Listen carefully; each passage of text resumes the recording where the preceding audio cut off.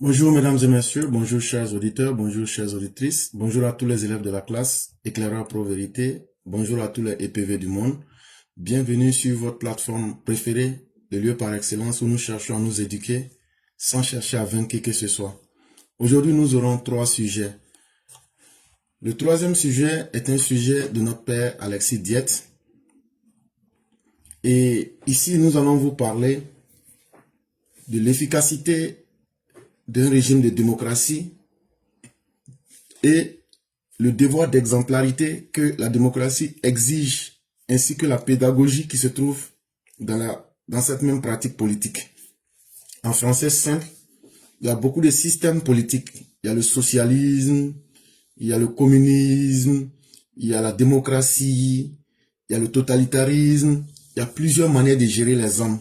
Mais la démocratie, là,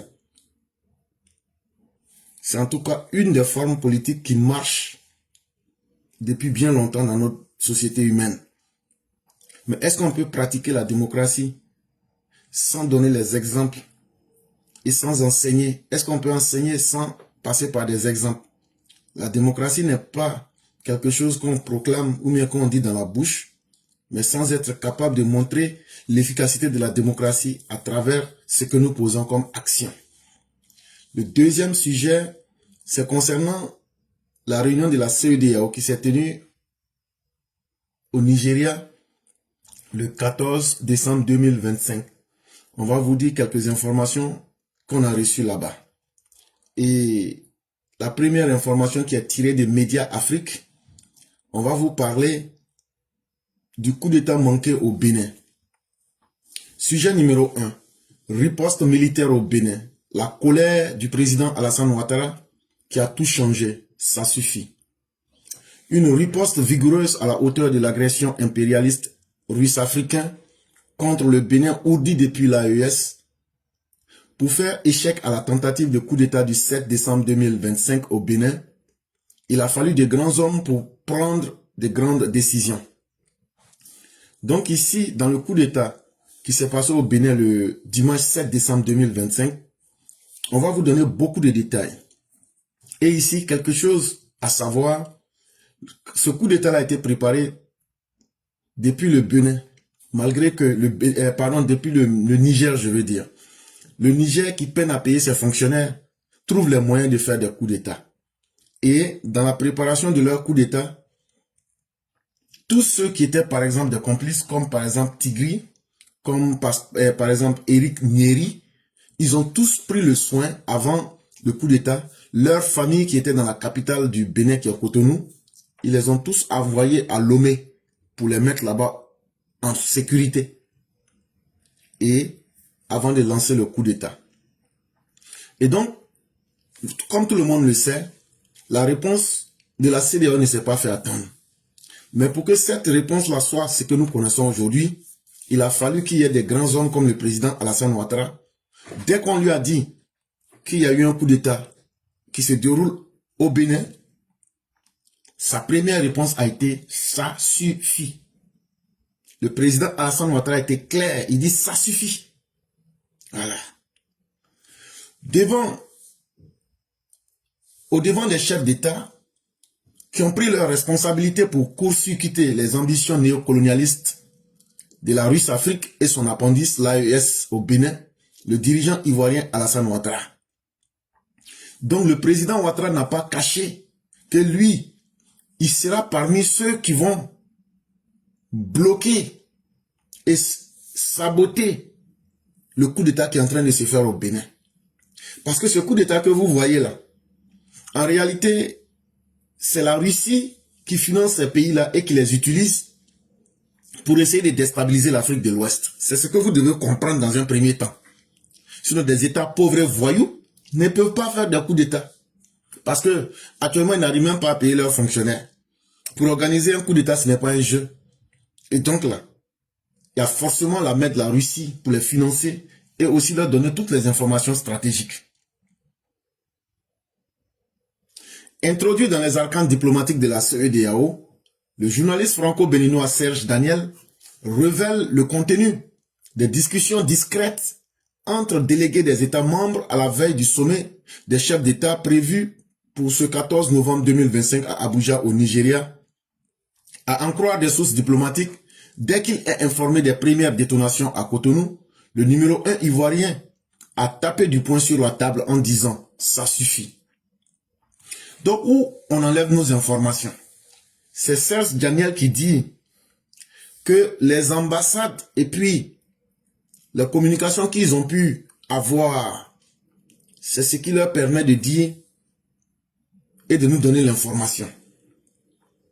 Et là, quand le président Ouattara, en tout cas selon des sources diplomatiques, ça veut dire selon des ambassades qui ont eu les informations, ils disent dès les premiers moments où le coup d'État a commencé au Bénin, le président ivoirien Alassane Ouattara a été une des premières personnes à être informé. Et il a été très clair. Il dit ce coup d'État là, ça ne va pas marcher. Il dit ce coup d'État là sera le dernier dans la sous-région. Il dit ça suffit. Immédiatement, Alassane Ouattara contacte ses pairs de la sous-région et leur tient ce langage de vérité. Et voici ce que le président Ouattara leur dit. Et ce n'est pas un message qui est repris ou même transformé, c'est au style direct. Vous savez, c'est comme ça qu'il a parlé. Et s'il vous plaît, à Abidjan, moi, mes hommes sont prêts pour le Bénin dans le cadre de la CEDEAO pour intervenir. Et si nous décidons d'y aller, respectons nos engagements cette fois-ci. On ne peut pas laisser faire. Il a été clair avec les différents présidents de la CEDEAO. Quand je dis les présidents de la CEDEAO, ça veut dire les présidents qui sont dans les pays là. Alassane Ouattara leur dit que depuis Abidjan là, moi Alassane Ouattara, là, mes hommes sont prêts 24 heures sur 24, 365 jours. Et pour le Bénin là, je vais mouiller maillot. Mais ça sera dans le cadre de la CEDEAO pour intervenir. À partir du moment où on est dans le cadre de la CEDEAO, soyez des garçons. Ne soyez pas des poules mouillées comme de la manière j'avais dit. On devrait mater les putschistes du Bénin là. Et pardon du Niger là. Et puis vous avez reculé là. Il dit cette fois-ci là, tout ce que je demande là. Si on décide de s'engager là.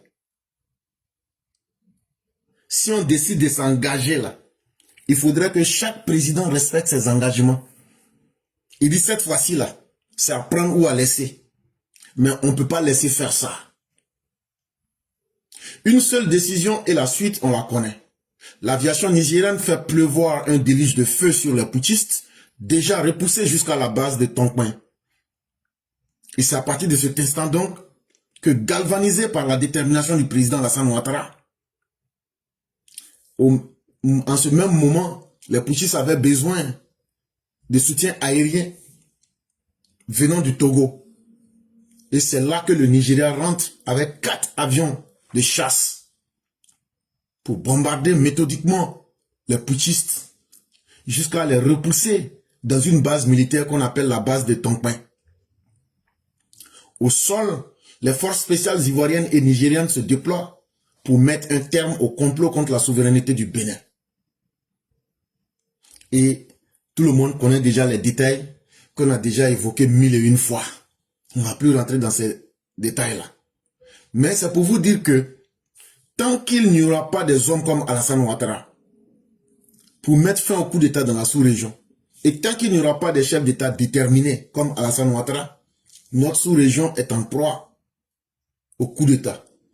Et aujourd'hui, la décision de la CEDEAO est une bonne décision Parce qu'on va freiner le coup d'État, pas seulement avec les moyens d'un pays, mais avec l'ensemble de tous les pays qui sont déterminés. Ça veut dire le message qui a été lancé là. Si un pays est attaqué aujourd'hui là, à partir du moment où l'exemple du Bénin a été validé, ça veut dire, si des putschistes aujourd'hui s'amusent à attaquer un pays, c'est l'ensemble de tous les pays de la CEDEAO qui vont lever tous leurs moyens. Je donne un exemple. On ne le souhaite pas, mais supposons que la Côte d'Ivoire est attaquée.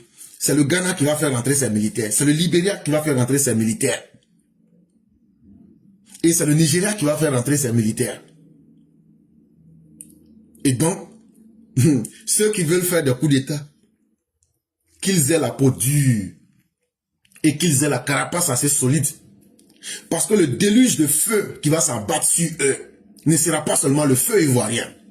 Sans oublier que la Côte d'Ivoire elle-même, avec toute sa puissance militaire, la deuxième puissance de la CEDEAO, imaginez la force de la première puissance de la CEDEAO et la deuxième puissance de la CEDEAO mises ensemble contre des pauvres putschistes. Mais la prochaine fois sera la meilleure.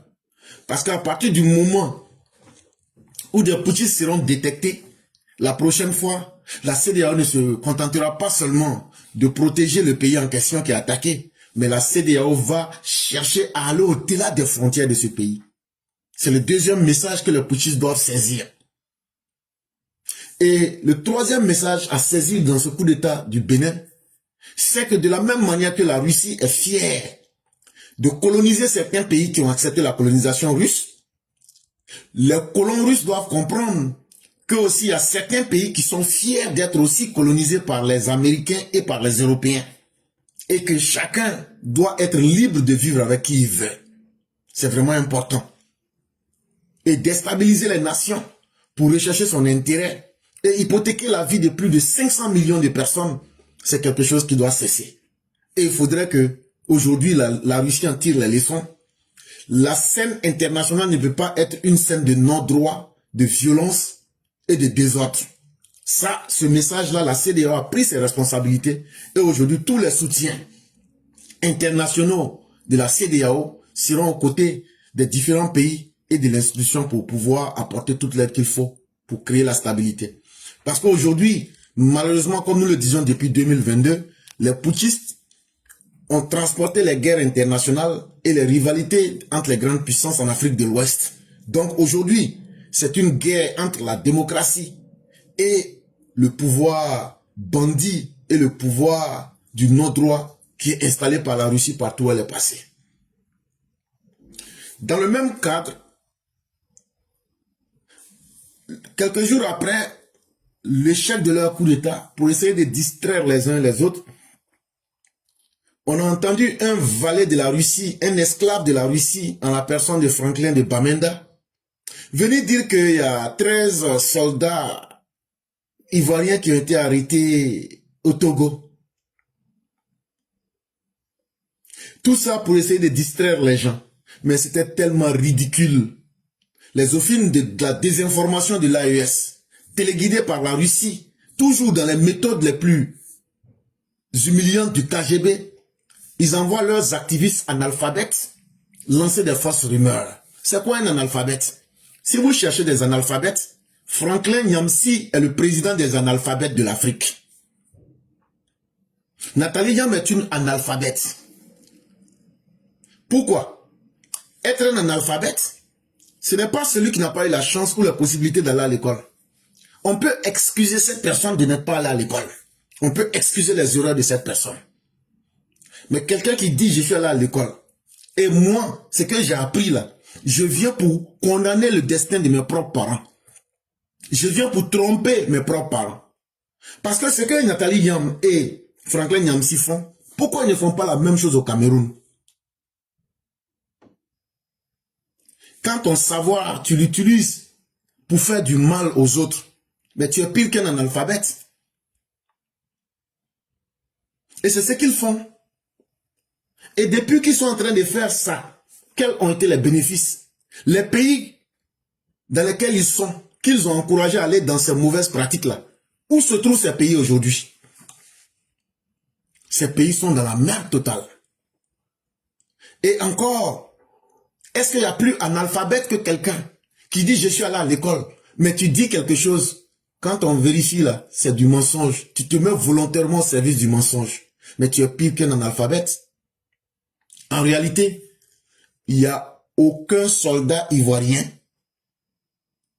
qui a été mis aux arrêts au Togo. L'information est fausse, totalement fausse.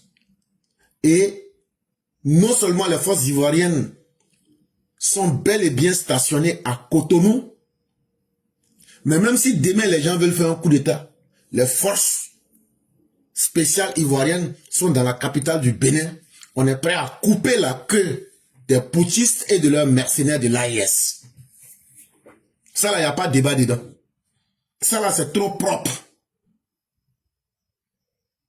Mais ce qui est le plus risible, ce qui est le plus cocasse dans l'affaire, pendant la réunion qui s'est tenue là, il y a des choses qui font rire. Vous pensez que le Togo était là-bas? Les gens disent au Togo, est-ce que tu veux coopérer ou tu ne veux pas coopérer? On sait déjà qui tu es. On sait que tu es un marionnette. Mais est-ce que tu veux coopérer ou tu veux qu'on a qu'à mettre les sanctions sur toi?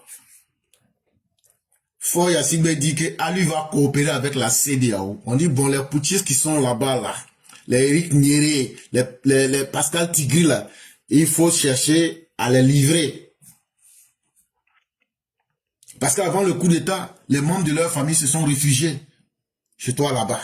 Toutes les informations sont là, frère. Il ne faut pas chercher à tourner en rond. Maintenant, c'est qu'on demande là. Est-ce que tu veux qu'on mette fin au Togo? Ou bien, est-ce que tu veux coopérer avec le Togo, mais ton double jeu là, ça ne va plus passer?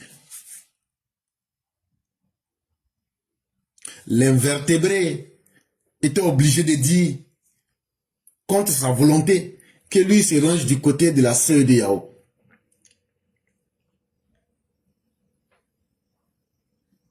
Et même il allait plus loin pour dire qu'il est très heureux que la CEDEAO ait pu activer vigoureusement son plan de riposte pour faire échouer les plans de déstabilisation contre le Bénin. Ça veut dire on lui a fait manger son caca pendant cette réunion-là. Il était obligé. On dit, est-ce que ce qui s'est passé là, est-ce que c'est bien mais c'est pas bien? Quand la CEDEAO allait biyama tes gars là, pour faire échouer votre coup d'État, est-ce que c'est bien? Il dit ouais, c'est bien. Il n'y a pas plus grave que ça quand on te fait manger ton caca devant les autres. Il dit, ouais, vraiment, c'est une bonne chose que la CEDEAO a biyama les faiseurs de coups d'État contre le Bénin. Voilà, on lui a fait manger son caca propre. Les gens savent qu'il est toujours dans le double jeu. Les gens savent. Mais ça veut dire on l'a mis devant tout le monde maintenant. Mais comme c'est un malfaiteur, les gens ne sont pas bêtes. Les gens savent qu'il va toujours continuer son double jeu. Mais maintenant, là, tout ce qui va lui arriver avec son Togo, là, il ne peut plus dire qu'il est surpris. Puisque l'implication du gouvernement du Togo dans la tentative du coup d'État au Bénin est une chose qui est claire, avérée, que tout le monde a vu. Et tout le monde sait qu'il ment. Mais, quelqu'un, ce que tu dis là, quand on prend ça pour retourner contre toi, là, demain là, tu ne peux pas te plaindre. Pourquoi il a changé de camp? Parce qu'il sait que les intérêts de son pays sont en jeu. Et il sait aussi que la CEDEAO va plus reculer. Donc il fait semblant maintenant de dire que lui il est d'accord avec la CEDEAO. Et donc il sera obligé de coopérer avec la CEDEAO. Si lui, le Togolais, a accepté de se laisser égarer par la Russie à cause d'hypothèques de gains financiers, parce que ils ont bloqué ils ont mis leur bateau là-bas. Lui, il allait avoir l'argent là. Et lui s'est laissé berner par cela. Je vous ai déjà raconté l'histoire de ce bateau-là. J'ai fait une émission spéciale pour cela. Donc, on va plus revenir sur ça. Donc là, les gens lui ont mis tous les fonds. Lui, le bateau qui était chez toi là, le bateau là faisait quoi là-bas? C'était même pas un bateau qui était enregistré officiellement. Ce bateau là faisait quoi là-bas? Pour voler l'uranium là, pour faire sortir. Est-ce que c'est sérieux? En tout cas, les gens ne se sont pas amusés avec lui là-bas. Mais, beaucoup peuvent dire, mais il fait ça, c'est un gars, c'est un maratapé, il veut tromper les gens. Mais est-ce que les gens aussi ne savent pas qu'il est dans le double jeu? Les gens savent. Mais les gens veulent le pousser à bout en lui disant aujourd'hui, tu ne peux plus te cacher. Donc, pendant que les États de l'AES sont en train de chercher à se muscler pour faire coup d'État au Bénin et en Afrique de l'Ouest, Avant-hier au Mali, c'était pas intéressant d'être là-bas. Il y a au moins 40 soldats qui ont été massacrés par le Jenim à Sompi. C'est à Tombouctou. Et vrai là, pour vous montrer les images, c'est pas une bonne chose. Si on doit vous montrer les images, c'est pas une bonne chose. La vidéo de l'assaut du Jenim sur le camp des femmes à Sompi, dans la région de Tombouctou, est effroyable. De la préparation de l'attaque jusqu'à l'exécution, les djihadistes filment minutieusement toutes les étapes avec une assurance déconcertante. Et ce qui est encore plus difficile à accepter, c'est que non seulement les images, quand ils ont attaqué ce camp, ils ont massacré ces soldats-là, mais ça veut dire du début, comment ils ont préparé leur leur attaque là. Du début jusqu'à la fin, ils montrent tout, ils ont tout filmé, puis ils ont montré. Et ça fait froid dans le dos. Lors de l'assaut, les soldats retranchés à l'intérieur du camp tentent désespérément d'opposer une résistance aux assaillants sans succès. Les éléments des forces armées maliennes détalent au mieux de leur vitesse, chacun cherchant un trou où se cacher. Le bilan est fatal pour l'armée malienne. Plus de 40 morts. Et donc, au moment où ils ont attaqué le camp, et ils ont pilonné, bombardé, ils ont assiégé le camp, ce que les forces de défense du Mali pouvaient faire, fallait pas voir les soldats en train de fuir. Déjà, ils savent courir comme ça. On dirait même rallye Paris-Dakar. Tu les vois en train de courir comme ça. Bou, bou, bou, bou, bou, bou. Et chacun cherche si il voit un petit trou là. Même si lui-même là, tout son corps peut pas rentrer, il met sa tête dedans et puis le reste dehors. Mais tellement les gens du Jenim les ont bien marre. Fallait pas voir les militaires maliens en train de courir avec une vitesse que vous ne pouvez pas imaginer. Même Gabriel Tchako et puis Usain Bolt ne pouvaient pas les dépasser. Et là, chacun cherchait à se cacher dans le trou qu'il pouvait. Parce que quand ils ont vu que les gens du Jenim n'étaient pas dans l'amusement, ils ont vite compris que leur vie. Et c'est ce que je dis à ceux qui sont en train de livrer leur vie. Vous êtes en train de lutter pour Assimi Goïta. Lui, il est couché entre les bras des prostituées à Bamako là-bas. La championne des prostituées s'appelle Batile Niam. Elle est en train de voler votre or. Elle s'en va brader ça à Dubaï. Vous êtes assis, on vous parle. N'allez pas donner vos vies. Assimi là, lui-même là, il peut aller sur front. Il dit les généraux, il doit aller démontrer cela. Vous qui partez là, c'est pourquoi vous ne me faites pas pitié. Tous ceux qui s'en vont et puis ils se font massacrer là, c'est vous-même qui avez cherché. Et c'est très bien ce qui vous arrive. Parce que vous avez l'intelligence. Vous pouvez ne pas refuser les ordres, mais vous avez l'intelligence sur le terrain là, de chercher à défendre vos vies. Pourquoi Assimi a négocié avec le Jenim pour arrêter les attaques? Pourquoi vous aussi, vous ne pouvez pas négocier avec le Jenim pour dire, ah, nous, on veut vivre, en tout cas, nous, on est soldats, mais nous, on ne va pas vous attaquer. Signez vos deals aussi avec les Jenim là pour ne pas les attaquer, puis ils ne vont pas vous attaquer. Donc, si vous n'avez pas cette intelligence-là, est-ce que Assimi ne signe pas des deals devant vous? C'est vous qui voulez jouer les garçons, non? Ils vont vous massacrer correctement. Et ce n'est que le début. Et c'est ce que vous avez cherché, c'est ce que vous aurez. Sinon, vous pouvez sauver vos vies. Et pour sauver vos vies, là, c'est l'intelligence qui vient de vous-même qui peut sauver vos vies. Lui signe des deals avec eux pour protéger sa vie et ses intérêts. Mais vous aussi, vous pouvez signer des deals aussi pour sauver vos vies et vos intérêts. Mais comme vous avez choisi le chemin le plus dur, mais voilà ça que vous êtes en train d'obtenir maintenant. Au moins une quarantaine de soldats massacrés. Les images sont insoutenables. La vidéo disponible sur la page Sahel Alert sur X. Donc là, ceux qui veulent voir la vidéo, vous partez sur Twitter. Sur Twitter, là, vous tapez Sahel Alert. Vous allez voir les images là-bas. C'est pas bien à regarder, ça va vous choquer. Pendant ce temps, les jeunes de l'AES s'engouffrent dans la propagande, allant même jusqu'à faire croire qu'ils sont capables d'éteindre le géant du Nigeria en quelques minutes. Et là, ils sont dans leur capitale là-bas. Ils sont en train de mentir à leur population que eux là, eux peuvent défaire le Nigeria. Eux peuvent tenir face au Nigeria. Blaguez-vous seulement. La présence des soldats russes boiteux devant la seule armée ukrainienne leur donne l'assurance d'une toute puissance universelle. Si les Russes là, avec les anciens prisonniers et les repris de justice qu'ils ont là, s'ils pouvaient faire quelque chose là, depuis longtemps ils ont libéré l'Ukraine, mais ils n'ont même pas réussi là-bas. Depuis longtemps ils auraient libéré le Mali, ils n'ont pas réussi. C'est pas maintenant qu'ils vont commencer à réussir. Et là, pour terminer avec cette séquence là, vraiment il faut saluer le président Ouattara, qui est un des dirigeants les plus puissants.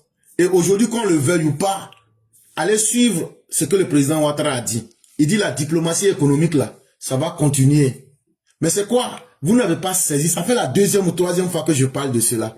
Alassane Ouattara, quand il parle de mot diplomatie économique là, il dit l'économie de l'Afrique de l'Ouest et de l'Afrique même là, c'est lui dans sa main. C'est lui dans sa main. Tu es avec lui, tu es contre lui, c'est lui dans sa main qui va manger. C'est ce qu'il était en train de dire comme ça. Et aujourd'hui, les États de l'AES, à travers la bouche de l'avocat de Kémy Séba, ils disent qu'aujourd'hui, ce qui les fatigue là, que eux là, n'ont pas un port pour faire sortir leurs matières premières. Ils ont tenté le Bénin, ça a échoué. Parce qu'ils savent que la Côte d'Ivoire est devenue une forteresse. C'est parce qu'ils savent qu'ils ne peuvent pas attaquer la Côte d'Ivoire qu'ils sont allés essayer sur le Bénin. Et donc maintenant là, que tout a échoué. Vous vous souvenez lors des élections, je vous ai dit que le Mali, le Burkina et le Niger ont fait des attaques en Côte d'Ivoire. Ils ont soutenu l'opposition ivoirienne. Ils ont fait des attaques. Et tout ça là, ils ont fait l'une des raisons, je dis bien l'une des raisons, c'était d'avoir accès au port. Parce que le Mali comme ça produit le lithium. Et ce lithium là, pour le transporter là, le port le plus proche pour eux c'est le port d'Abidjan. Et aujourd'hui, que Alassane Ouattara a gagné les élections là, ils sont obligés maintenant de manger encore leur caca pour venir négocier avec Alassane Ouattara. Et là, ça leur fait très mal. Parce que les Russes vont extraire les matières premières chez eux dans l'illégalité. Mais avant de passer par le port d'Abidjan, ils seront obligés de respecter les règles internationales et les conditions de la Côte d'Ivoire. C'est ce qu'ils n'avaient pas voulu, mais c'est ce qui s'impose à eux aujourd'hui. Et donc, dites bravo à Alassane Ouattara, qui arrive à maîtriser toute l'économie d'un continent, que tu sois quelqu'un qui l'aime ou quelqu'un qui ne l'aime pas. En tout cas, ce que lui décide là, c'est comme ça les choses se passent. Pour moi, l'AES ne survivra que lorsqu'elle aura un port naturel. Vous voyez, là, tout ce qui se passe autour de la question de l'uranium avec Lomé, ça montre qu'en réalité, tant qu'ils n'auront pas un allié qui leur donne un accès à la mer, ça sera très difficile de concrétiser cette aspiration à la souveraineté qu'ils sont censés incarner. Et donc, il y a une crispation très importante avec les États côtiers, sur la possibilité d'accès ou non à leurs infrastructures portuaires notamment, et la nécessité à un moment donné de tisser des alliances avec des régimes qui s'inscrivent dans leur dynamique. Je pense que là, on est sur l'effet structurel, et évidemment derrière, quand vous retrouvez, je sais que vous avez fait une émission spécifique là-dessus, mais à la CIRDI face à la France, sur l'affaire de l'uranium au Niger, soit vous avez des alliés puissants qui vont vous permettre, y compris, de financer des frais juridiques qui sont immenses sur ces questions d'arbitre. Waribana, comme on dit en Côte d'Ivoire, pour le Mali. En effet, les vaches sont maigres au Mali, tellement maigres que Bamako a mis son orgueil de côté et a supplié Pappaardo d'ouvrir un couloir pour permettre à l'entreprise chinoise qui exploite la mine de Goulamina, première mine de lithium d'Afrique de l'Ouest, de pouvoir exporter son lithium par le port d'Abidjan. Goïta, qui avait la grande bouche sur les Ivoiriens, a dû donc avaler son béret et accepter donc que la Côte d'Ivoire gagne de l'argent grâce à ce couloir qui, bien entendu, sera extrêmement rétributeur pour la Côte d'Ivoire et notamment pour son port. Goïtaovic peut faire la bouche comme il veut, il a besoin des Ivoiriens pour vivre, et Pappaardo, dans sa grande mansuétude, a accepté, et surtout, ça rapporte beaucoup d'argent à la Côte d'Ivoire.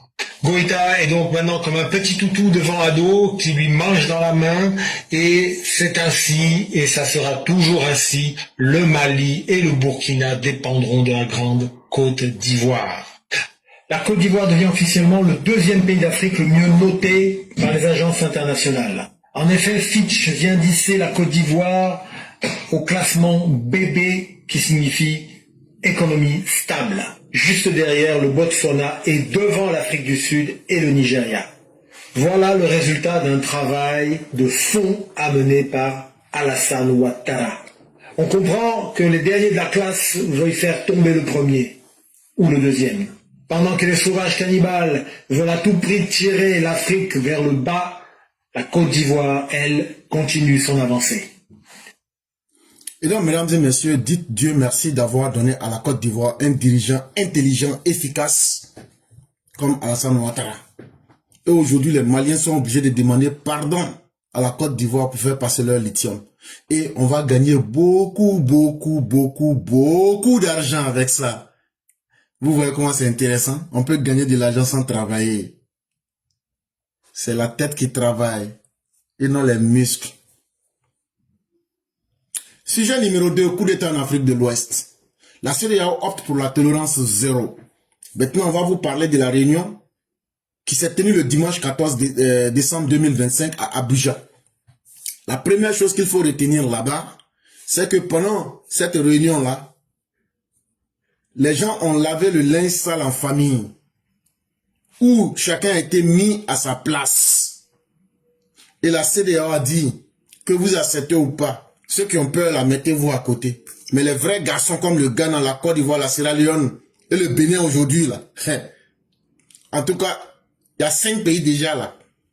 Hein? En octobre, même le Nigeria a échappé. Côte d'Ivoire, tous les jours, on se laissait coup d'État. Ghana, eux, ils ont échappé au temps de l'ancien président. Le Bénin vient d'échapper. La Sierra Leone aussi a échappé.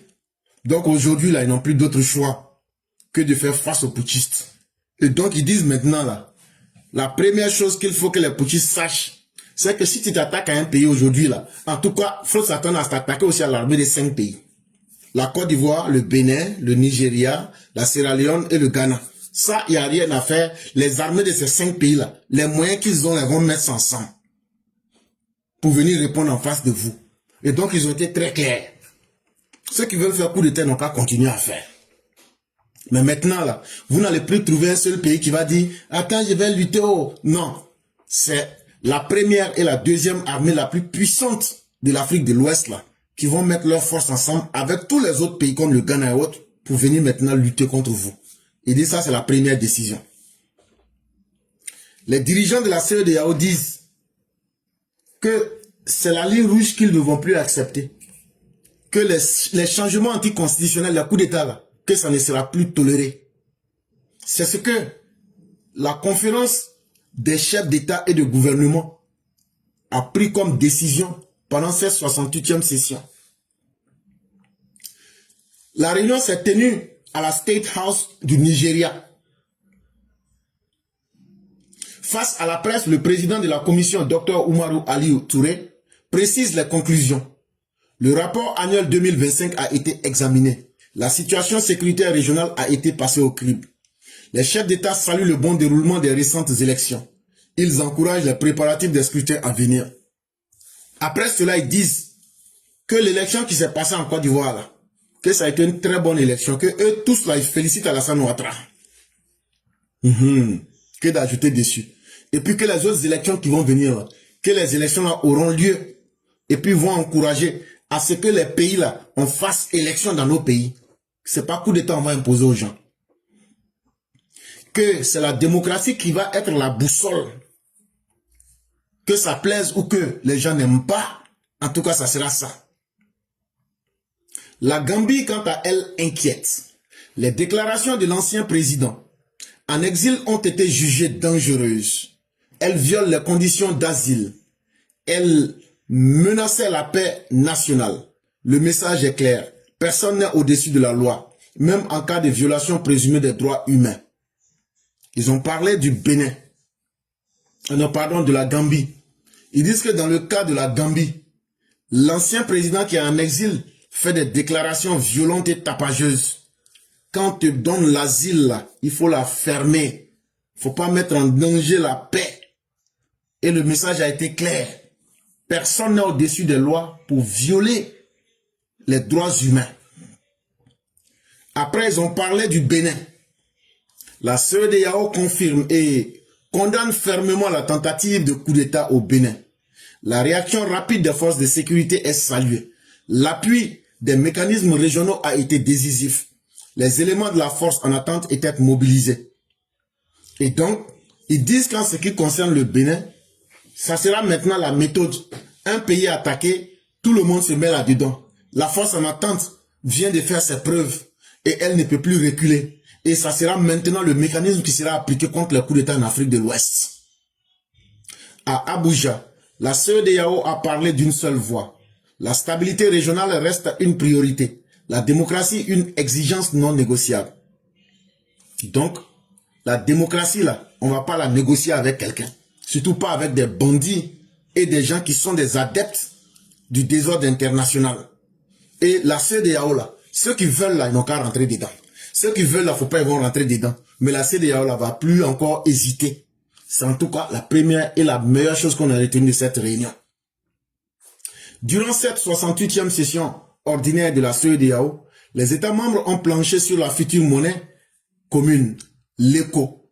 Après donc une autre décision, ils ont parlé de l'ECO. La monnaie qu'on va utiliser là, en Afrique de l'Ouest. Vous vous souvenez, je vous dis toujours que d'ici la mi-2026 jusqu'en fin d'année 2027, qu'on va commencer l'ECO, ils ont reconfirmé la même chose.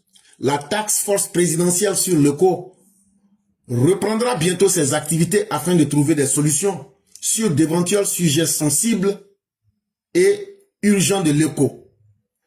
Les gouvernements ont décidé et ont maintenu l'entrée en vigueur de l'ECO à 2027. Ils disent que les chefs d'État et de gouvernement ont décidé qu'en 2027, on va utiliser l'ECO. Et ils ont donc donné le mandat à ce qu'on appelle la task force présidentielle pour préparer toutes les activités qui vont accélérer le fait qu'on va rentrer dans l'ECO. Et ils ont demandé que cela soit fait avec urgence pour qu'on puisse commencer déjà à utiliser l'ECO. Le Conseil de la directive de la CEDEAO a adopté l'intégration du cadre de la comptabilité publique des pays membres à intégrer dans leur loi d'ici le 31 décembre 2029.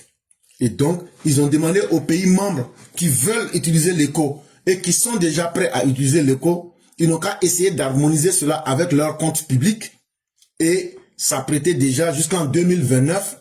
Ils vont lancer l'ECO, mais jusqu'en 2029, tout le monde doit être au même pied pour que on puisse avancer rapidement. Ce qui serait une très bonne chose.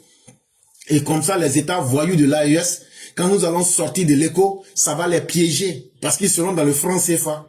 Et maintenant, nous, on sera avec l'ECO. Et donc, cela va être la mort programmée de l'UEMOA. Et en même temps aussi, on va voir s'ils vont utiliser le franc bouquilien, ou même s'ils vont utiliser le franc maboulien, ou même s'ils vont utiliser le franc CFA. Et ça, c'est une très bonne chose parce que ça va les piéger économiquement. Ils n'auront plus de monnaie parce que si eux qui sont les États de l'AES, après qu'on ait créé l'ECO, qu'on utilise l'ECO, si elles continuent d'utiliser le franc CFA, ça sera la plus grande humiliation. Et là, ils vont comprendre, alors qu'ils pouvaient aller frapper leur monnaie en Russie. Donc, prions Dieu pour que l'ECO, nous puissions déjà l'utiliser en 2027. Et comme ça, là, c'est fini pour ces bandits. Et une autre décision. Face à l'urgence sécuritaire, notamment au Nigeria et dans la zone du Liptako-Gourma, les chefs d'État de la CEDEAO ont réaffirmé leurs engagements à éradiquer le terrorisme et le grand banditisme dans l'espace communautaire. Et donc, vu que la zone ouest africaine est devenue une zone de grand banditisme avec du terrorisme, aujourd'hui, les pays où il n'y a pas le terrorisme sont obligés de se protéger contre le terrorisme. Et donc, les chefs d'État ont dit, ils ont débloqué la somme de 2 850 000 francs CFA de dollars. C'est beaucoup d'argent. 2 850 000 francs CFA de dollars. Ils ont débloqué ce fonds-là comme un fonds d'urgence et l'instruction a été donnée par le président de la commission pour mettre ce fonds d'urgence à la disposition de chaque État membre et tous ceux qui vont apporter un plan de lutte et une stratégie pour lutter avec sa brigade régionale antiterroriste, ils vont bénéficier de ce fonds-là. Surtout les pays qui sont aux côtes de l'Afrique de l'Ouest, c'est-à-dire le Bénin, le Togo, la Côte d'Ivoire, le Nigeria. Et donc là, il y aura une brigade spéciale qui sera créée, une brigade régionale antiterroriste. Ils ont 2 850 000 francs CFA à leur disposition pour essayer de lutter contre le grand banditisme, contre le terrorisme en Afrique de l'Ouest. Donc voilà les quelques décisions que nous avons pu avoir de cette réunion et qu'on vous a transférées. Cela étant dit, nous passons au troisième sujet. L'efficience du régime de démocratie pluraliste représentative. Le devoir d'exemplarité des dirigeants politiques et la pédagogie démocratique. C'est le père Alexis Diette qui nous explique que pour connaître si la démocratie est une chose qui est efficace et importante, ceux qui sont les politiciens, eux là, est-ce qu'ils n'ont pas un devoir de donner des exemples? Est-ce que leurs exemples là ne doivent pas être des modèles d'enseignement? Est-ce que quand on est démocrate ou on pratique la démocratie là, est-ce que c'est pas à travers les exemples qu'on peut enseigner les gens? Le régime de démocratie pluraliste représentative ne perdure dans une société que si ce régime tient ses promesses en matière de liberté, d'égalité, de justice sociale, de transformation et d'amélioration des conditions matérielles d'existence du plus grand nombre. Il dit si pratiquer la démocratie, c'est à travers les exemples qu'on donne. Lesquels exemples deviennent donc des modèles pour enseigner les gens. Il dit, si on est dans une démocratie qui veut représenter la majorité du peuple, pour que cette démocratie-là arrive à atteindre ces objectifs-là, il faudrait que, en matière de liberté, en matière d'égalité entre les gens, en matière de justice sociale et en matière de politique pour améliorer les conditions de vie des populations, il dit c'est sur ces modèles-là qu'on doit se baser. Il dit si on se base sur ces modèles-là, tout le monde aime être libre. Tout le monde voudrait qu'on soit traité avec égalité. Tout le monde voudrait vivre dans un monde où il y a une justice pour tout le monde. Tout le monde veut vivre sous un régime où les dirigeants travaillent, réfléchissent et ils améliorent chaque jour les conditions de vie des populations. Il dit, c'est comme ça on doit faire la démocratie. Donc quand c'est comme ça, le peuple va apprendre et saura ce que c'est que la démocratie. Et le peuple peut se dire, nous devrons faire confiance en la démocratie parce que les exemples que les politiciens nous donnent là, ce sont les meilleurs exemples. Et ces exemples-là, en les faisant, ils enseignent aussi le peuple à croire et à aimer la démocratie. La démocratie ne peut s'enraciner dans une société que si le peuple qui en font l'expérience constate que ce régime transforme et améliore concrètement leurs conditions matérielles d'existence. Il dit en vérité, la démocratie là, c'est pas un mot qu'on prononce dans la bouche comme ça. Tu peux crier démocratie, tu peux dire j'aime être démocrate, tu peux dire je n'aime pas la démocratie. Mais tant qu'il n'y a pas des hommes qui adoptent le comportement et qui adoptent les vérités qui vont avec la démocratie, on ne verra pas d'exemple. Et si on ne voit pas d'exemple, les peuples ne pourront pas avoir d'expérience. Il dit donc, une société qui veut sa propre réussite, il faudra que cette société-là fasse l'expérience de la démocratie. La démocratie, ce sont les hommes qui la pratiquent. La démocratie n'est pas une lettre morte. La démocratie, ce n'est pas un mot. Ce n'est pas la démocratie qui transforme les gens. Ce sont les gens qui font la démocratie. Et donc, ces gens qui font la démocratie, c'est d'abord les politiciens. Et ces politiciens-là, ils doivent améliorer de manière concrète la vie de leurs citoyens. Tu peux crier, tu peux donner toutes les théories, mais si dans ta démocratie, tu ne cherches pas à améliorer les conditions de vie de ta population, ta démocratie ne marchera pas. Et donc, partout où vous voyez que la démocratie ne marche pas, c'est que c'est une crise intellectuelle des politiciens. C'est une crise de réflexion. Ça veut dire qu'ils sont en manque de stratégie pour améliorer les conditions de vie de leur population. Et c'est là ils viennent dire, non, la faute c'est la démocratie. De la même manière que Mariam joue à la balle existe dans le livre de C.P.1 là. Le Mariam qui joue à la balle là, elle n'existe pas dans la réalité. La balle là n'existe pas dans la réalité. C'est un exemple. Mais cet exemple là, On prend cet exemple-là pour t'apprendre à lire et à écrire. La démocratie aussi, là, c'est quelque chose qui existe comme de la manière Mariam existe dans le livre de CP1. Comme de la manière la balle là existe dans le livre de CP1. C'est un concept. Maintenant, c'est à toi d'utiliser ce concept-là, de l'adapter à ta population. Mais pour mieux adapter cela à ta population, il faut l'adapter de la manière que ton peuple va voir que tu es en train d'améliorer leurs conditions de vie. Là, ils vont se dire, ah, lui là, il comprend bien la démocratie. Là, regarde, tous les jours, les choses changent, comme ce que Ouattara est en train de faire là. C'est comme ça, à travers notre intelligence, notre capacité de créer un environnement qui arrange tout le monde, c'est comme ça qu'on voit la beauté de la démocratie. Leur apporte concrètement un plus en matière de liberté, d'égalité et de justice sociale. Aujourd'hui, par exemple, là, quand nous on dit par exemple, ah, si vous dites que Ouattara est mauvais, envoyez-nous le nom des personnes qui l'a fait zigouiller, on ne trouve pas. Envoyez-nous, depuis que Ouattara est là, il y a combien de policiers qui ont fait bavure, on n'en trouve pas. Depuis que Ouattara est là, il y a combien de journalistes qui sont là en prison, on n'en trouve pas. Depuis que Ouattara est là, il y a combien d'opposants qui sont là en prison, s'ils n'ont pas commis des actes délictueux. Il n'y en a pas. Bon, ça veut dire que les libertés humaines se sont améliorées. Depuis que le président Ouattara est venu, est-ce que on insulte quelqu'un à cause de son ethnie et de sa religion?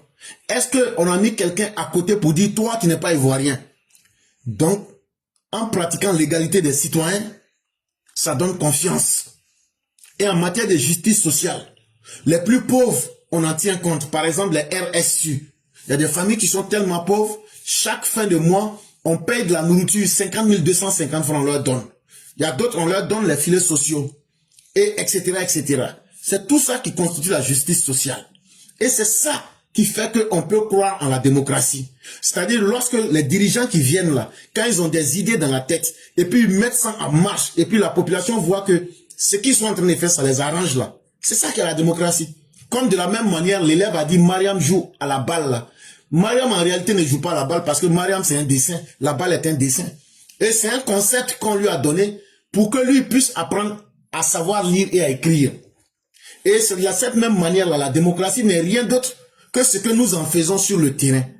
Et la démocratie n'est rien si le politicien n'a rien dans sa tête.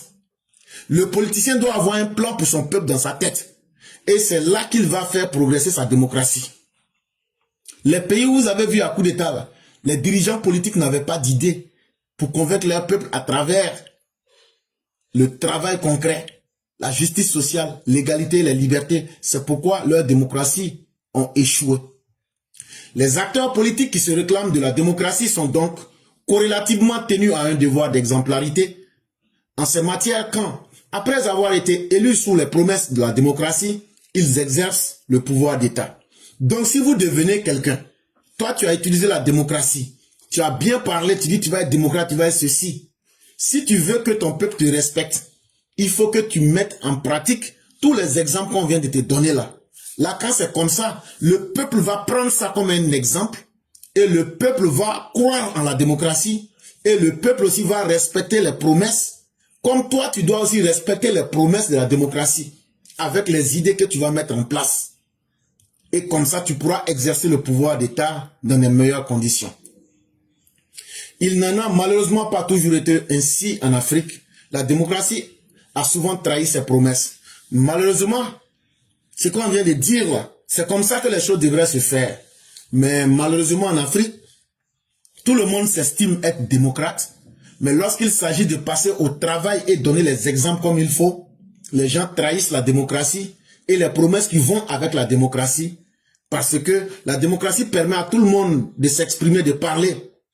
Mais il y a des gens qui utilisent la démocratie pour venir tromper le peuple. Et ça, c'est une trahison. Et dans beaucoup de pays africains, on a vu cela. Maintenant, laissez-moi vous parler du modèle ivoirien de la démocratie.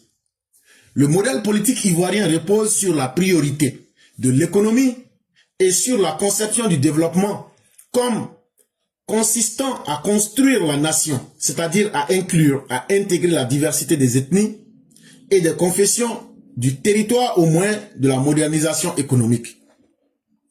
Il dit, si vous prenez le modèle de la démocratie en Côte d'Ivoire, Il y a des gens comme Laurent Gbagbo et bien d'autres qui sont les modèles parfaits de l'échec de notre démocratie parce que tout ce qu'ils ont dit, ils ont utilisé l'environnement de la démocratie pour tromper le peuple. Mais à côté de ces personnes inefficientes qui n'ont rien apporté, si vous regardez, vous prenez un président comme le président Félix Houphouët-Boigny, ou même vous prenez un président comme le président Alassane Ouattara, il dit il y a des bons modèles, il y a des bons exemples. Il dit par exemple, regardez, quand vous regardez la politique de Félix Houphouët-Boigny et la politique du président Ouattara, comment ils font pour valider leur démocratie et donner des exemples à leur peuple? Ils ont deux stratégies. D'abord, ils essayent d'améliorer les conditions économiques. Ils essayent de créer la richesse. Quand ils finissent de créer la richesse maintenant, ils essaient de voir la richesse qui est créée là.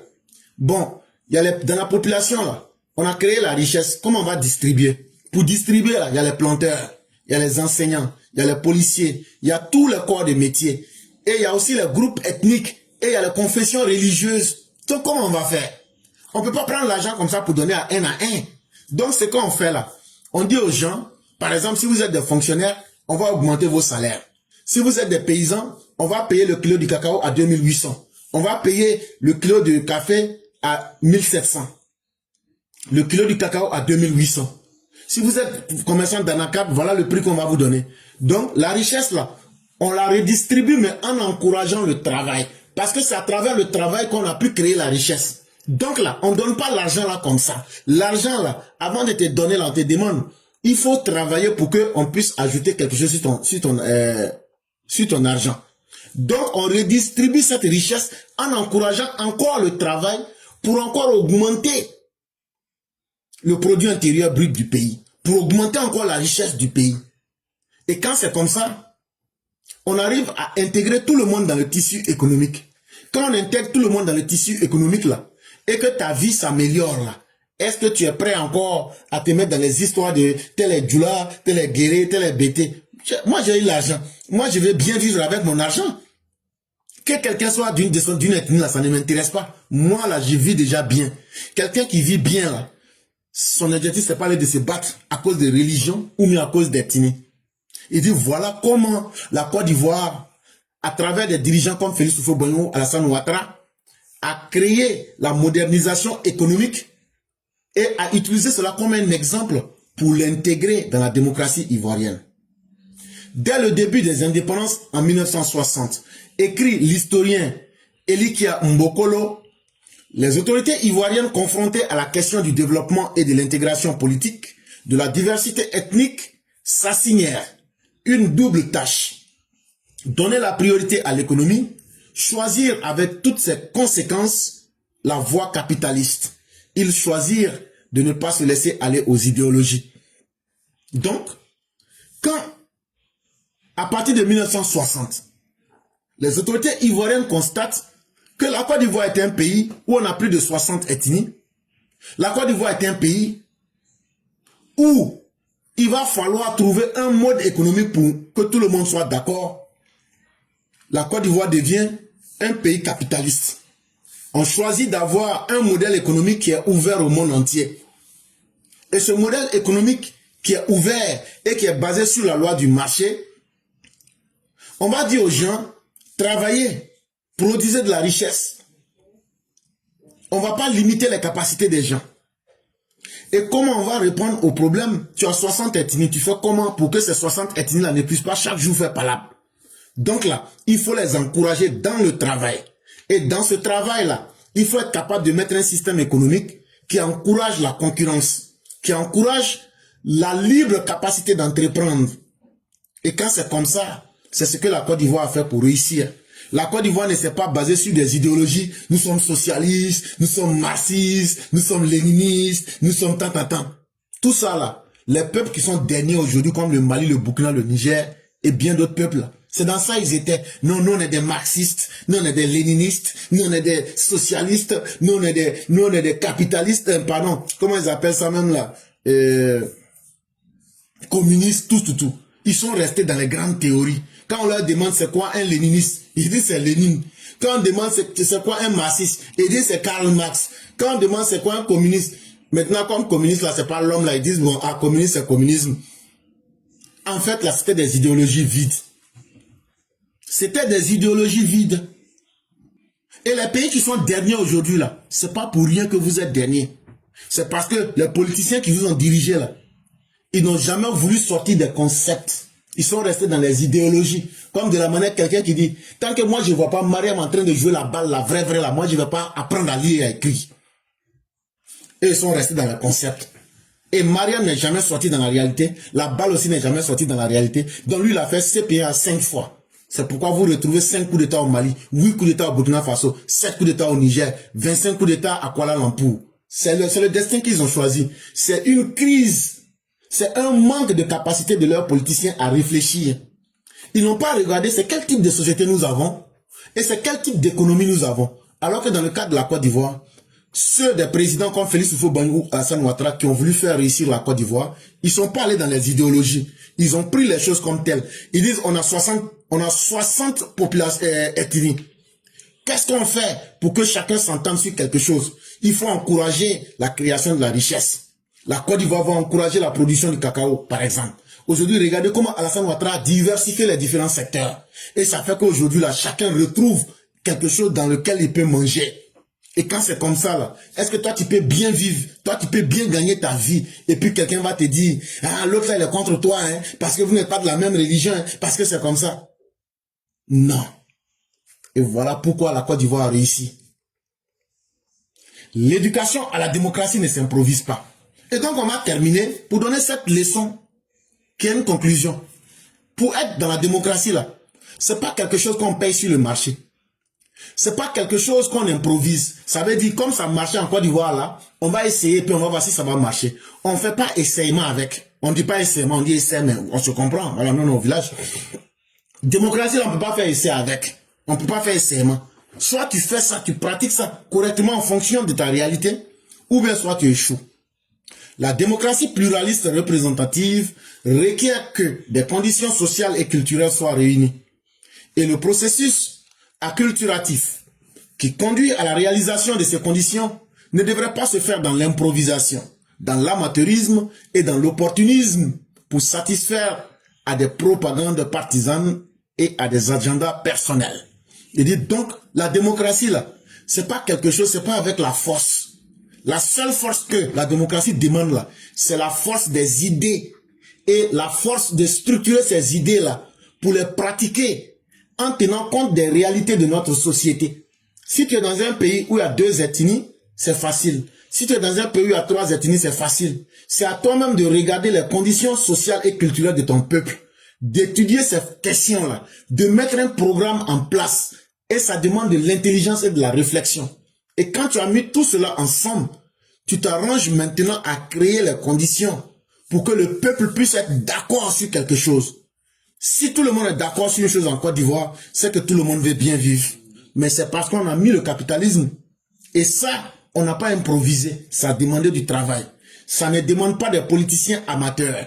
On n'a pas besoin de politiciens immatures. On n'a pas besoin de politiciens opportunistes qui viennent lancer des propagandes ou bien qui créent des groupes d'intérêt pour venir dire quand on va venir au pouvoir, notre petit groupe là, on va manger. Il dit ça là, tu fais ça là, ta démocratie va jamais marcher. Comme ce que Laurent Gbagbo a fait. Il a créé un clan, ceux qui disent on mange là. Mais est-ce que le reste du peuple mange? Si le reste du peuple ne mange pas, un jour là, ils vont se lever parce que leurs conditions sociales se seraient dégradées. Et c'est ce que Laurent Gbagbo avait offert aux Ivoiriens. Pendant que eux mangeaient là, la majorité des Ivoiriens étaient devenus pays pauvres très endettés. Le pays lui-même était pays pauvre très endetté. Pendant que lui mangeait, on avait un taux de PIB à moins 6,6%. Pendant que eux étaient en train de manger, 55,01% des Ivoiriens étaient dans la pauvreté. Et quand c'est comme ça, quand le peuple est pauvre, et que tout le monde s'entend sur la pauvreté, et que tout le monde s'entend sur sa misère, c'est vous-même les dirigeants qui allez être les prochaines victimes. Et c'est pour cela que Laurent Gbagbo a été sanctionné en 2010 dans les urnes pour dire tu ne vaux rien, tu as crié démocratie mais tu es un faux. Tu n'es pas un démocrate, tu n'es pas un socialiste, tu es un amateur, tu es un propagandiste, tu es un opportuniste, tu es quelqu'un qui est dans l'improvisation. Il a été sanctionné dans les urnes. Et comme il en a eu très honte, il a voulu voler les élections et Alassane Ouattara l'a accueilli comme un fruit pourri. Laurent Gbagbo hier, j'étais pas raté. Ça encore, c'était très intéressant. Mesdames et messieurs, nous allons passer à l'édito de Mère Blanc. Et après donc cet édito, ceux qui veulent prendre la parole très rapidement, nous allons vous permettre de vous exprimer. Et après aussi, on va aller chercher notre pain quotidien. Bonjour éclaireur pro vérité, bonjour à tous mes condisciples de la grande classe éclaireur pro vérité. Mon édito aujourd'hui a pour titre « Aurions-nous raison d'y croire ?» Que de chantiers, que de challenges. En Afrique de l'Ouest, surtout francophone, tout semble partir en lambeaux. Des personnes tapis dans l'ombre sont à la manœuvre. Leur projet principal est la déstabilisation. Leur intention est de casser le code du gouvernement choisi par le peuple et pour le peuple. Eux ne connaissent que le coup de force. Les trois putschistes de l'AES et leurs soi-disant influenceurs rêvent de gouvernements issus de force. Mais que deviendrait dans ces conditions l'Afrique si ces militaires sans foi ni loi arrivaient à leur fin? Leur seule intention est d'instaurer un climat de Far West. Leur mode d'emploi est simple. Un militaire, peu importe son grade, est approché, il est doté d'une certaine logistique et au petit matin, il trouble l'ordre public du pays.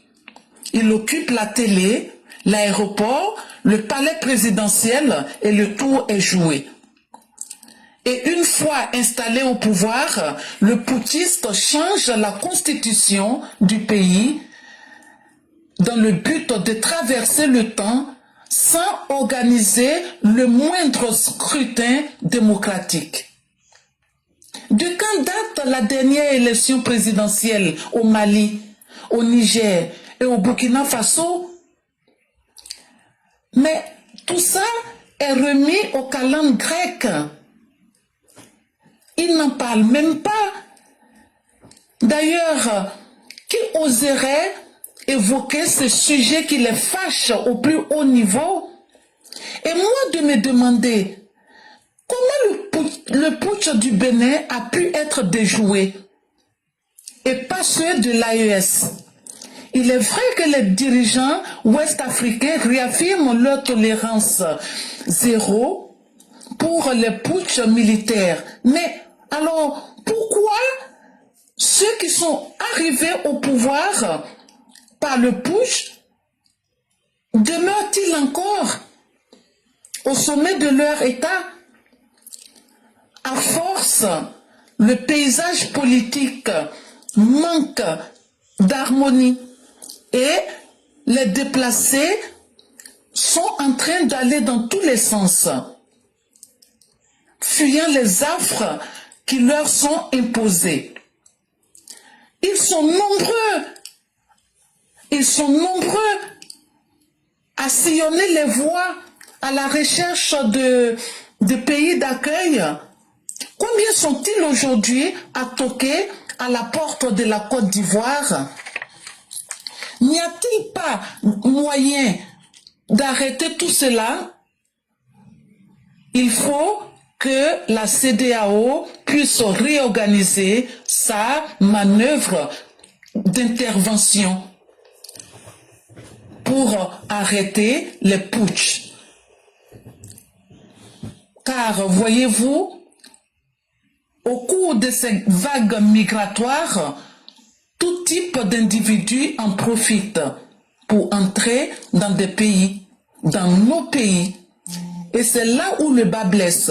Tenez, pas plus tard que le vendredi 12 décembre 2025, des coupeurs de route qu'on croyait stopper, un phénomène qu'on croyait avoir éradiqué, ces coupeurs de route étaient prêts à sévir, n'eût été le professionnalisme de nos forces de l'ordre.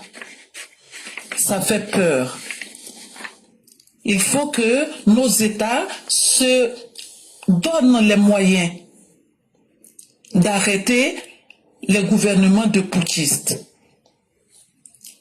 Parce que finalement, c'est eux qui sont les grands gagnants. Leur population se déverse ailleurs pendant que eux se la coulent douce à coups de voyages en Russie et à coups de propagande. Bon, qui vivra verra. Merci et à bientôt. Merci infiniment, Mère Blanc. Comme disait-elle, qui vivra verra. Mais cette question nous ramène à l'utilité de nos organisations sous-régionales. L'exemple de la CEDEAO, est-ce qu'on peut créer une organisation juste de nom et faire survivre une coquille vide? Je crois que non. Et dans les différentes problématiques qu'elle évoque, une chose encore importante, si la CEDEAO est une coquille vide, est-ce qu'il vaut la peine d'en être membre? Je crois que la réponse est non. Et Dieu merci, elle vient de se réveiller. Et quand la CEDEAO se donne les moyens d'être une organisation qui utilise des fonds publics, se met à la tâche, on voit les exemples comme celui du Bénin. Si la CEDEAO avait joué son rôle, le coup d'État du Mali, du Burkina et du Niger n'aurait pas prospéré. Et si ces coups d'État n'avaient pas prospéré, la Russie depuis bien longtemps aurait quitté notre sous-région ouest africaine. Si la CEDEAO n'avait pas accepté de jouer la carte du laxisme, aujourd'hui les coups d'État n'auraient pas prospéré et vous n'auriez pas vu les Maliens, les Burkinabés se déverser sur la Côte d'Ivoire. Mais aujourd'hui que la CEDEAO s'est montrée laxiste, ces populations vont aller vers des endroits où elles sentent leur vie garantie et où il y a la sécurité. Mais elles viennent avec aussi leurs défauts. Et regardez l'exemple qui est donné. Les coupeurs de route, on pensait qu'on en avait fini.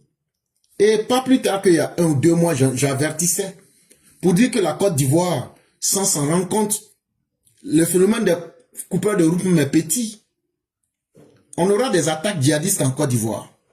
Ce n'est pas ce que je souhaite. Loin de là. Mais je préfère être cru et dire les vérités.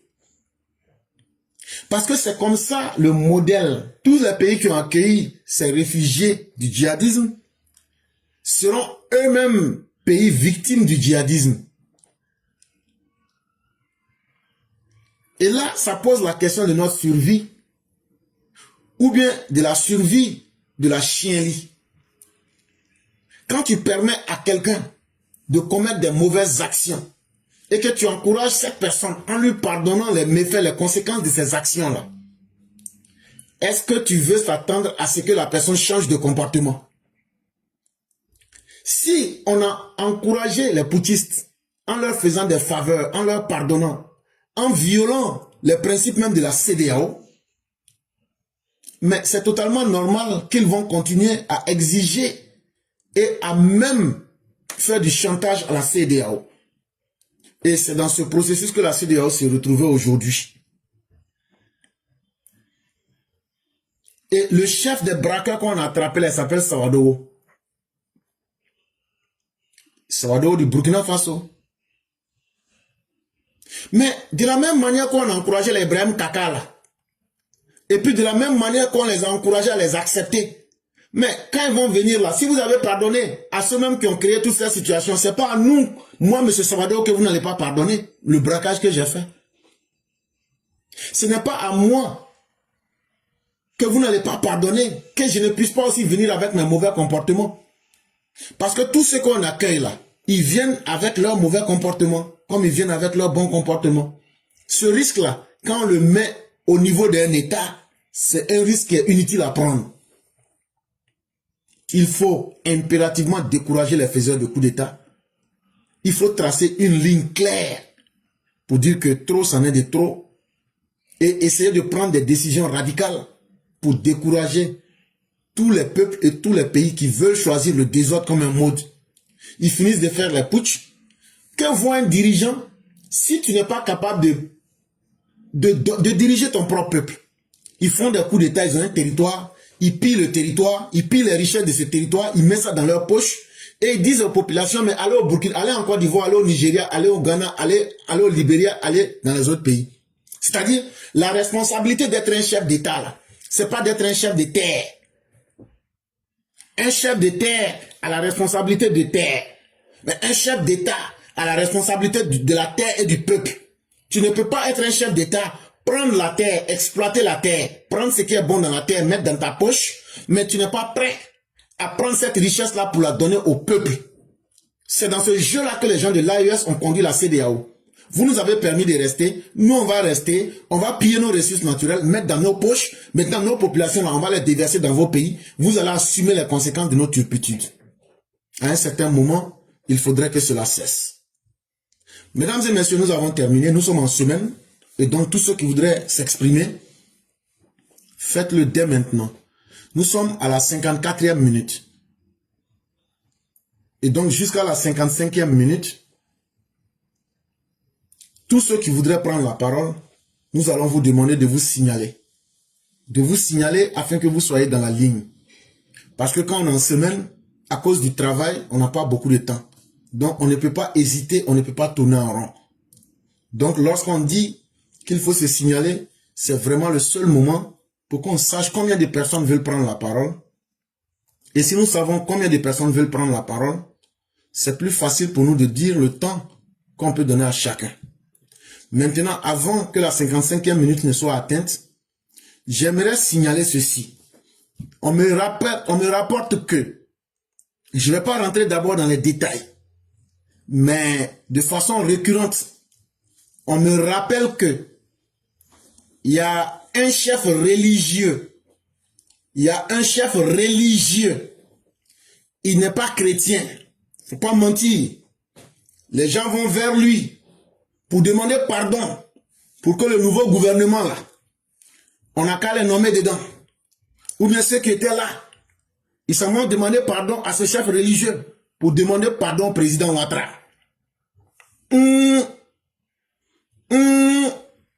Si tu sais que tu as bien travaillé, si tu sais que tu es bon, si tu sais que tu as été au rendez-vous, pourquoi tu demandes pardon à ce chef religieux de demander pardon au président Ouattara pour que tu restes à ton poste? Je ne vais pas donner le nom du chef religieux en question, par respect pour toute une religion.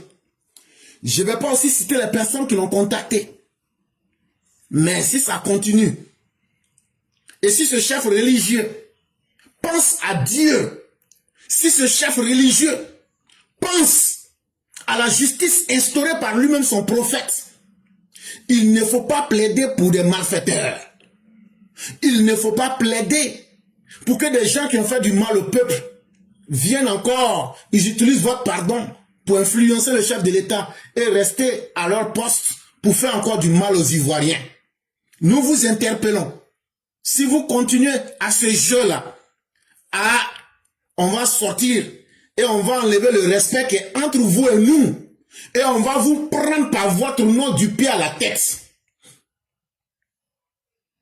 Si quelqu'un a été inefficace, ça veut dire que la personne a fait du mal au peuple. Si vous êtes capable de pardonner et d'être le médiateur de ces personnes défaillantes, ça veut dire que vous-même, vous êtes partisan de la difficulté dans laquelle on met le peuple. Et devant Dieu, est-ce que vous pourrez prendre cette responsabilité? Par respect pour toute une religion, je ne dirai pas votre nom aujourd'hui, mais soyez ce que le prophète de l'islam a demandé que vous soyez. Je n'accuse pas quelqu'un.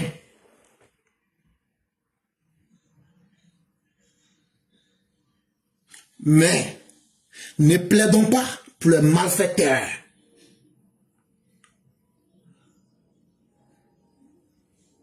Ne plaidons pas pour les malfaiteurs.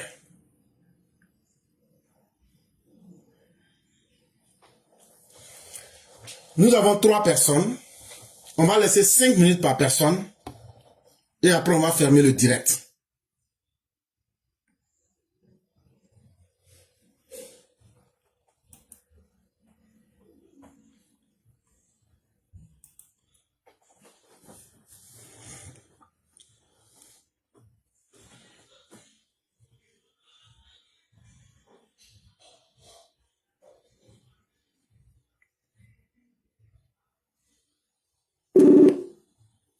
Allô?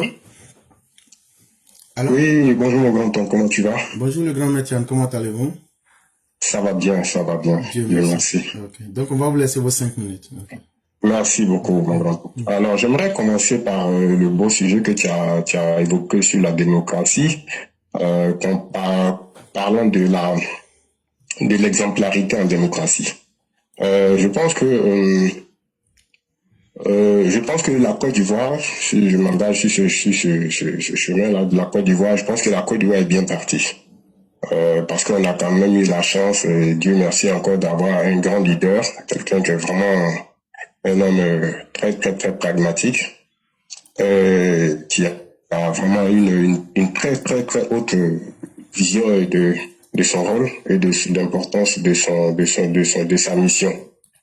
Mais par contre, j'aimerais quand même revenir sur quelques détails pour moi qui peuvent vraiment mettre le sable dans les roues du véhicule démocratie dans lequel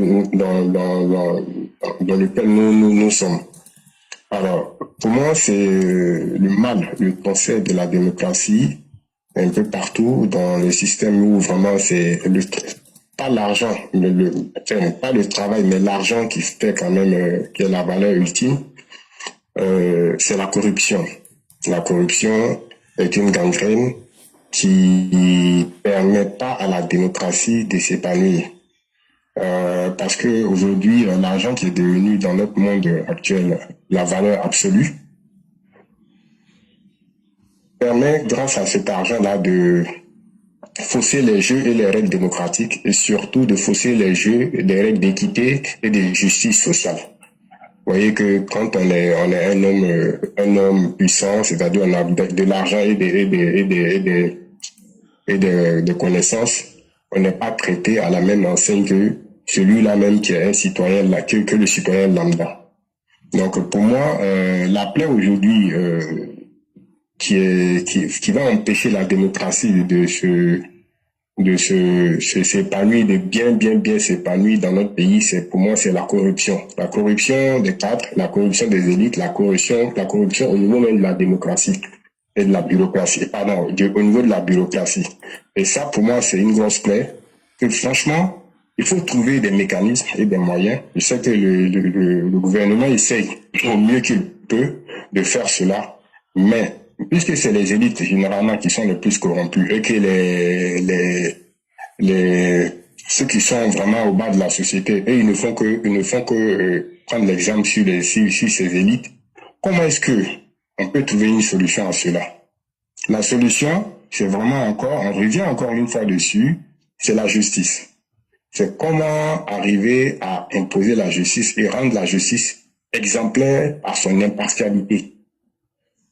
Et lorsque, le jour qu'on aura une justice qui va démettre, par exemple, une haute autorité de l'État pour corruption, je pense que ça va résonner vraiment dans l'esprit et dans les mémoires de tous les citoyens du pays. Et c'est ce qu'il faut. C'est ce qu'il faut. Parce que vraiment, c'est comme je dis chez nous dans Graine, la corruption, dans l'administration, on ne peut pas finir d'en parler. Voilà, donc c'est ce que moi j'aimerais dire. Maintenant, je voudrais juste te poser une question aussi. Comme tu as parlé du concept politique qui n'existe pas à travers la politique du grand maître, le docteur Alassane Ouattara. Bon, moi je sais c'est un libéral. Est-ce que le libéralisme n'est pas cette doctrine politique-là du président Ouattara? Voilà, c'est une question que je te pose. Non, lorsqu'on est qu'il n'est pas dans les idéologies et non dans les doctrines, donc c'est déjà très important. Vous voyez, dans idéologie, vous avez idées. Oui. Quelqu'un peut être dans les idées et rester dans les idées et ne pas les matérialiser. Et là, donc, tu deviens quelqu'un qui est un idéologue. Mais une doctrine, c'est comme une foi. Est-ce que tu peux avoir une foi sans la pratiquer? Non. Donc, la doctrine du président Alassane Ouattara, c'est le libéralisme. Et il en fait tellement bons usages qu'aujourd'hui, on n'a même plus besoin de dire que Ouattara est un libéral. Parce que vous remarquerez par exemple qu'aujourd'hui, Il a été le seul qui a ouvert le marché, par exemple, à toutes les grandes nations au monde quand il est venu. Là où la France était notre premier partenaire, aujourd'hui, la France est devenue 6e. Ça veut dire que c'est quelqu'un qui est là et qui pratique sa foi. Parce que la beauté de toute foi réside dans sa pratique. Et donc lui, il ne reste pas dans les idées. Il n'est pas un idéologue. Il est un praticien de sa doctrine. Il n'a pas dévié du libéralisme. Que ce soit le libéralisme politique ou le libéralisme économique, il n'a pas dévié. Parce que aujourd'hui, qui fait la promotion de la femme mieux que le président Ouattara? Dans l'histoire, on a vu, aujourd'hui une femme est devenue présidente de la Cour constitutionnelle. C'est lui qui l'a fait. Aujourd'hui, dans les élections des députés, il y a un certain nombre de femmes qui sont... Il y a un quota pour les femmes. Il n'y a aucun gouvernement qui ait plus de femmes représentées dans un gouvernement que celui du président Ouattara. Aujourd'hui, les jeunes sont représentés. Aujourd'hui, quand vous remarquez les jeunes qui sont en train d'être élevés à des rangs politiques dans le RHDP, allez au PDCI et dans les autres partis. Là où on fait le culte de Laurent Gbagbo, là où, par exemple, on ne permet pas que quelqu'un d'autre puisse occuper la tête d'un parti ou même des décisions, Alassane Ouattara vous dit déjà, moi j'ai déjà préparé des jeunes, il dit ils sont une demi-dizaine par exemple. Donc, ces exemples, on peut faire toute la journée en train de vous citer. Que ce soit au plan économique, que ce soit au plan politique, Alassane Ouattara est en train de pratiquer. Quand vous prenez par exemple l'aspect militaire, quelqu'un qui est venu, la France, on avait un accord de coopération militaire avec la France depuis 1960. Il est venu, il a résilié cet accord-là. Et il a redéfini la gestion politique et militaire de la Côte d'Ivoire en démocratisant les différents acteurs qui participent à notre sécurité. Regardez par exemple, on collabore avec les Chinois, on collabore avec les Russes, on collabore avec les Américains, on collabore avec l'Union européenne, on collabore avec les Chinois. C'est ce qu'on appelle être libéral. Et Alassane Ouattara le pratique vraiment avec tous les exemples que les gens peuvent voir. Et ça marche jusque-là. Quand vous prenez son dernier discours lors de sa cérémonie de prestation de serment, quand il dit que nous allons toujours nous en tenir à la diplomatie économique, ça veut dire quoi? Même si nos intérêts sont avec nos ennemis, nous allons créer les conditions pour aller prendre nos intérêts. Et aujourd'hui, je vous ai parlé. Le lithium du Mali devrait passer par la Côte d'Ivoire. Mais son libéralisme lui dit, je me permets de mettre au-dessus l'intérêt de ma nation et faire rentrer de l'argent dans mon pays. Si les putschistes veulent, ils peuvent ne pas m'aimer, je sais qu'ils ne m'aiment pas, mais ils ont besoin de moi et moi je crée de la richesse et je m'en fous de leurs sentiments. Voilà l'exemple qu'Alassane Ouattara nous donne. Mais que ce fils d'autres dirigeants, ils auraient dit comme on ne s'entend pas avec eux là, on va pas accepter, on va leur faire du mal en n'acceptant pas que leur lithium passe. Mais là on va perdre des milliards et des milliards parce que c'est beaucoup. Quand je dis beaucoup d'argent qu'on gagne, frère, c'est vraiment beaucoup d'argent qu'on gagne. Et donc, vous voyez, c'est cela. Et donc, moi, je pense que c'est la meilleure méthode. D'accord. Ben, en tout cas, tout ce qu'on ne peut pas nier au président Ouattara, c'est son pragmatisme. Pragmatisme économique, pragmatisme politique. Vraiment, voilà, c'est ce que j'aimerais dire à ce niveau-là, quoi. Il est très pragmatique et je pense que c'est vraiment pour l'intérêt de son pays et vraiment pour ça, on lui dit merci beaucoup pour tout. Voilà, mon grand-père, je vais m'arrêter là. Il n'y a pas de problème. Vraiment, merci à vous-même et on vous souhaite une excellente soirée. Excuse-moi, mon grand-père, tu avais écouté mon message la dernière fois? Le tout dernier, oui, je sais. Ok. Ah oui, Ben, c'est bon, je sais. Ouais. Oui. D'accord, ok. Je sais. D'accord, merci beaucoup. Oui, ok.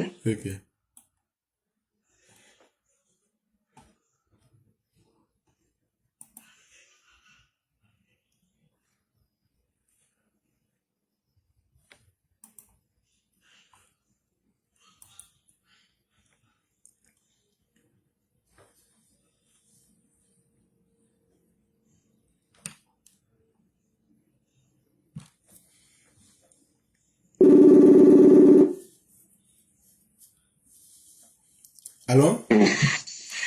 Oui, bonjour le frère Florent. Oui, comment allez-vous le conquérant? Ça va bien chez vous? Dieu merci, tout va bien. D'accord. Okay. Donc, comment vous laissez votre temps de parole? Je vous remercie de me donner la parole. Je vais m'exprimer sur deux sujets plutôt. Le premier sujet, il concerne le problème lié à la sécurité avec le flux migratoire sur la Côte d'Ivoire. Et puis le deuxième sujet, il concerne l'enlèvement des ordures dans la capitale abidjanaise. Alors, vous avez présenté le décor dans l'émission où il a été question de coupeurs de route originaires des pays voisins. La très triste réalité, c'est laquelle? Lorsqu'on prend 10 potentiels bandits, agresseurs ou coupeurs de route en Côte d'Ivoire, il y a au moins 8 qui sont ressortissants, soit du Burkina, soit du Mali, soit de la Guinée. Voilà le triste décor. Un décor qu'on ne peut pas cacher avec la main. Parce que la réalité, c'est qu'on ne peut pas cacher le soleil avec la main. On voit très bien. Les gens, ils ont des motos, ils se remorquent, ils viennent, ils agressent les gens, ils arrachent les sacs des gens, ou bien ils braquent, ou alors ils coupent la route. Ces phénomènes reviennent de plus en plus. Et ce sont des phénomènes qui sont récurrents. La triste réalité, c'est que, comme cela a été indiqué dans l'émission, on laisse n'importe qui rentrer en Côte d'Ivoire. Quelles sont les intentions de ceux qui rentrent? On les dit si bien, quand quelqu'un entre dans un pays, d'abord il faut se loger, il faut chercher un travail, il faut se nourrir, il faut pouvoir se soigner le cas échéant, et aussi il faut pouvoir se déplacer. Mais quand on regarde très bien, très souvent, lorsqu'ils rentrent, ils n'ont pas de boulot, ils ne savent pas où dormir, et ils ont aussi besoin de faire certaines choses qu'ils n'ont pas. Et on voit très bien que la plupart du temps, les gens s'adonnent à tous ces phénomènes qui sont interdits par la société. Et cela, c'est un problème. La dernière fois, au cours d'une émission, je l'ai si bien dit, la Côte d'Ivoire n'aura autre choix que d'imposer visa avec titre de séjour aux ressortissants du Burkina, du Mali et du Niger. On n'aura pas le choix. J'avais si bien pris l'exemple. On vous met 50 kilos sur la tête. Vous dites oui, je prends. Après, on dit encore, on vous met 10 kilos, ça devient 30. Vous dites je prends. Après encore, on vous met 20 kilos supplémentaires, ça devient 50. Vous dites oui. Après, on regarde, on dit, ah bon, comme toi, tu peux tout supporter, on va t'ajouter encore 50 en plus des 50 qui sont déjà là. Ça va faire 100 kg sur votre tête. Vers la fin, vous allez vous écrouler. Voici tout ce qui gâte la Côte d'Ivoire. Donc, il y a des décisions fortes à prendre. Et à ce niveau, nous voulons une fois de plus interpeller les décideurs. Sinon, il y a péril en la demeure. La Côte d'Ivoire ne sera pas en mesure de supporter les déchets de l'AES. Parce que tout simplement, la Côte d'Ivoire n'est pas toilette publique de l'AES. Ça aussi, il faut avoir le courage de le dire. Voici en ce qui concerne le premier point. Le deuxième point, on a constaté depuis quelques jours que les ordures reviennent à Abidjan, dans les communes comme à Bobo, à Djamé, un peu partout. Qu'est-ce qu'il en est exactement?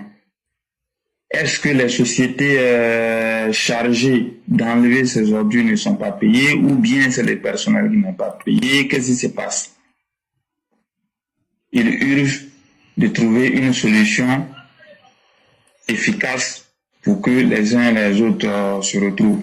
Parce que nous sommes en fin d'année, il faut rendre le cadre de vie sain, agréable et paisible. Donc nous interpellons une fois de plus ceux qui sont chargés de collecter les ordures et de les enlever, qu'ils fassent leur travail conformément à leur feuille de route. Ceux qui sont chargés également de les payer, qu'ils les payent correctement pour que les choses se passent bien. Je vous remercie.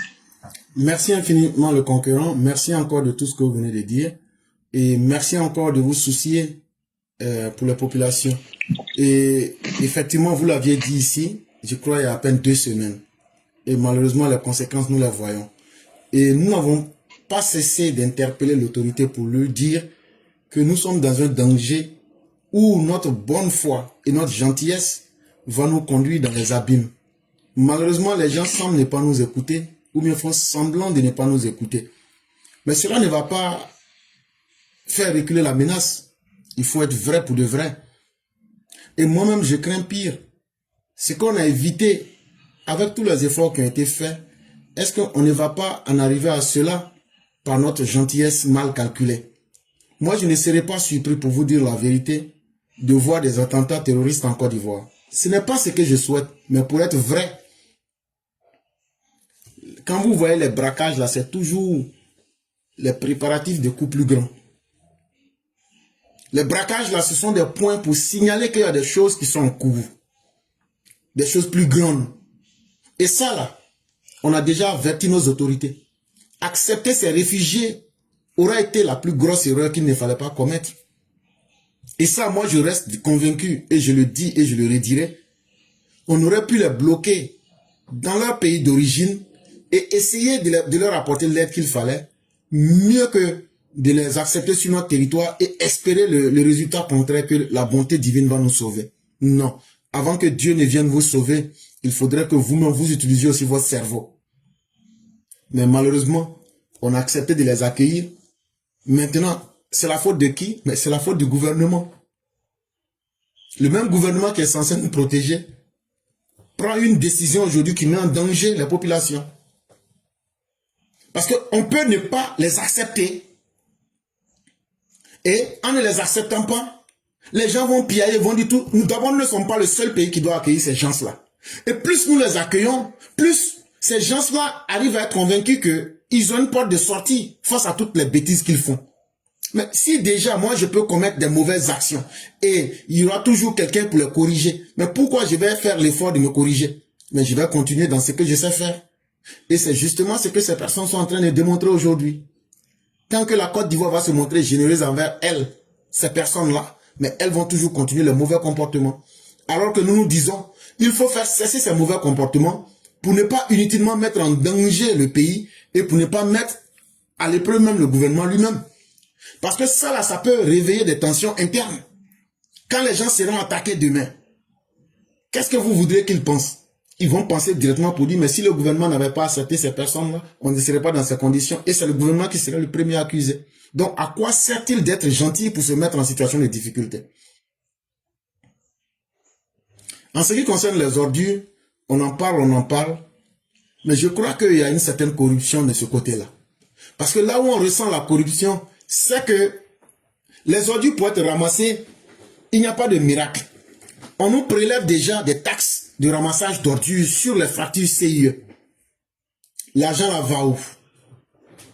Parce que l'argent là, c'est nous qui payons. Et chaque Ivoirien demande au gouvernement, cet argent là va où? Dans les poches de qui? Ou dans quelle institution?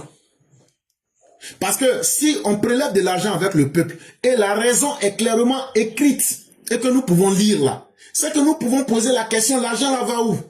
Normalement, le problème pour ramasser nos ordures ne doit pas être un problème en Côte d'Ivoire. Parce que depuis des années, les populations payent pour ce service. Mais les populations n'ont pas ce service. Ça veut dire que l'argent part quelque part. L'argent est où? Et qu'est-ce qu'on fait avec cet argent? Il est temps que les uns et les autres puissent demander cette question à nos gouvernants. Parce que ce n'est pas sérieux, ce n'est pas acceptable. Moi, les ordures, ce n'est pas ce qui me fait mal. Mais c'est le fait qu'il n'y a pas de mécanisme. Et cet argent-là est où? Mais quand on arrête soit de prendre cet argent, là, comme ça, c'est qu'on paye là. Nous, on va se débrouiller dans les quartiers pour payer les gens. Et c'est ce que j'appelle une corruption. Et se taire là-dessus, c'est une injustice. Il faudrait que le gouvernement dise quelque chose aux Ivoiriens. Ah, on va plus prendre cet argent-là parce qu'on est incapable de ramasser les ordures. Ou bien, on prend déjà de l'argent, ramasser dans nos ordures. Mais rester dans le statu quo, c'est un chantage froid qu'on fait au peuple. On a la force et on prend ce qu'on veut de vous et on fait ce qu'on veut et puis il n'y a rien. Ça là, ce n'est pas bon. Merci beaucoup le concurrent. Merci encore d'avoir soulevé cette thématique. On va vous souhaiter une excellente soirée avec toute la grâce de Dieu.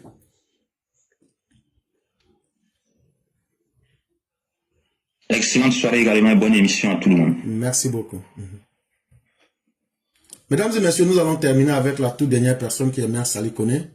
C'est avec elle que nous allons, après qu'elle soit finie, et qu'elle ait pardon fini de parler, elle va faire la conclusion et on va pouvoir se séparer.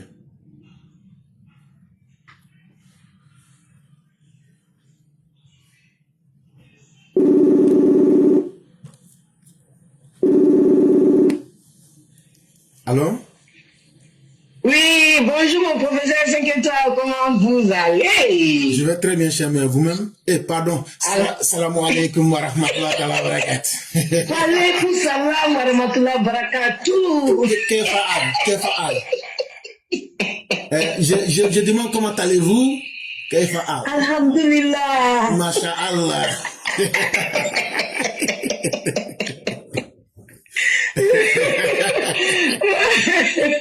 Et de votre côté? Ça va, grâce à Dieu, tout va très bien. Il y a les jaloux qui avaient fait venir la neige, mais on a lutté, c'est venu un peu, mais après on a négocié avec Dieu, le soleil est en train d'enlever ça sur nous. Mais son petit frère là est venu nous patrer ici, il faut nous voir. Ce matin, je me suis réveillé et j'étais en train de causer avec Binet, il me dit, mais tu viens de te réveiller? Il dit, oui, je viens de me réveiller. Ah, ça là, c'est pas facile.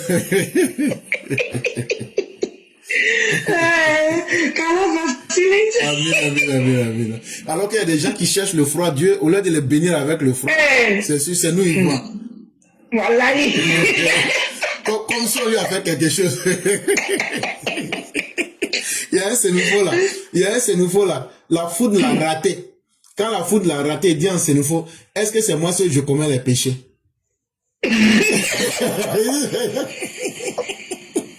Il dit à Sénoufo, est-ce que c'est moi seul je pêche sur la terre? Ça c'est un koyaga, je suis sûr que c'est le cousin de Ladji la tous. Il dit, mais Dieu, est-ce que c'est moi seul je fais pécher sur la terre et puis tu veux me faire ça?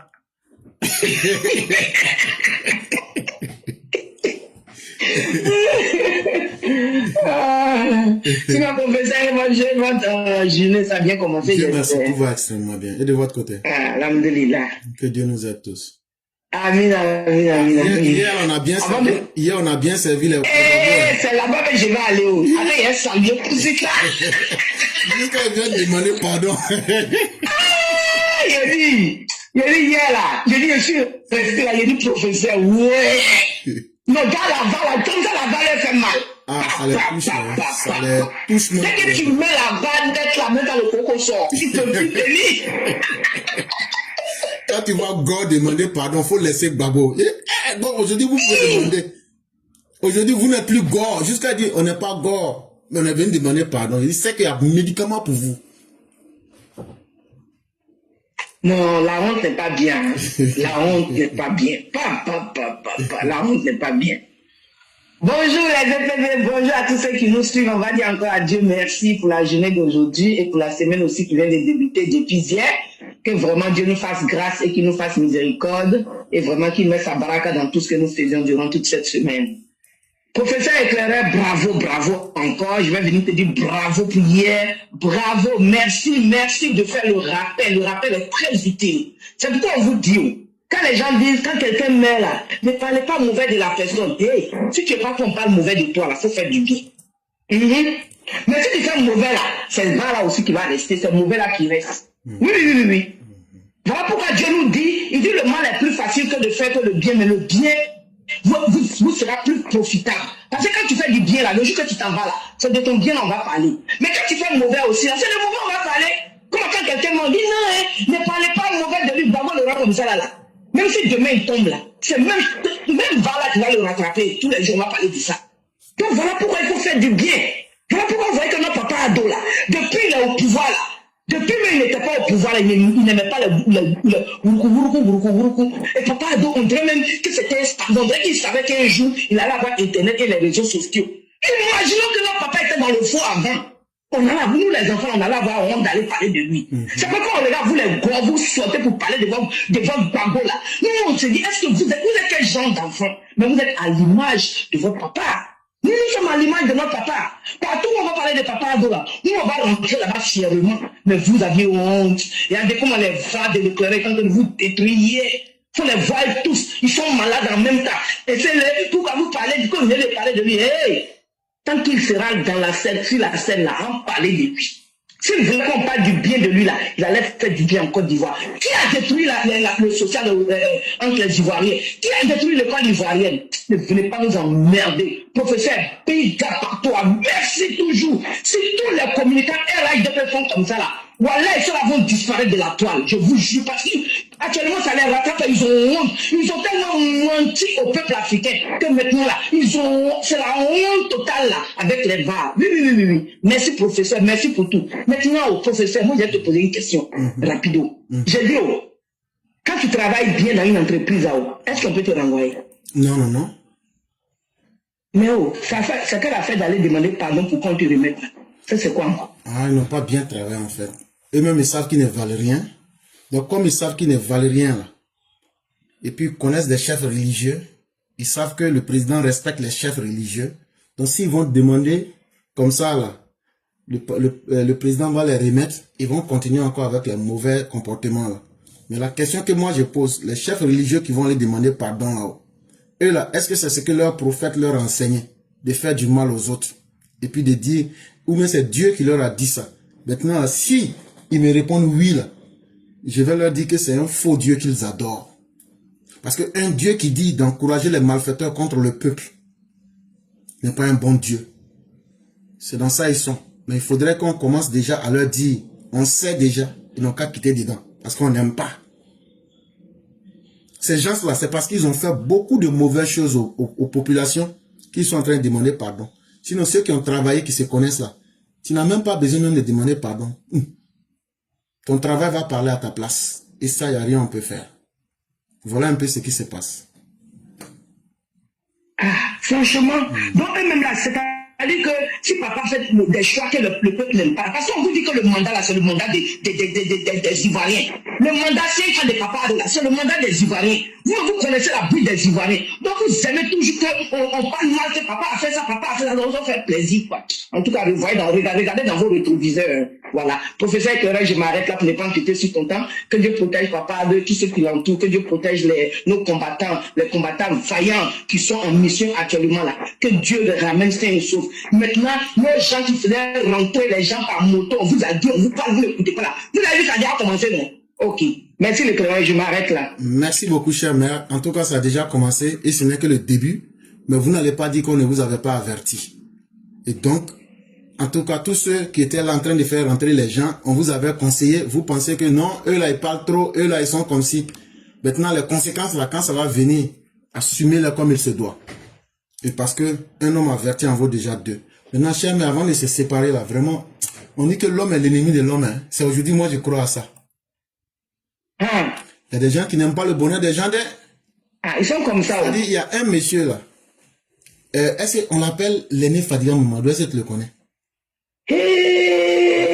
C'est pas mon gros esclave là, c'est pas lui. C'est lui, le chef des esclaves. J'ai dit, lui là, moi je pensais qu'il était en train de devenir quelqu'un de bien dans la société. C'est lui-même le chef des sorciers de leur village. Tu sais ce qu'il est en train de dire aux gens maintenant?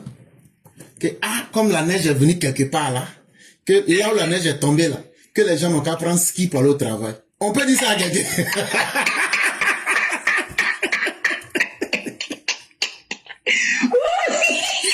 On peut...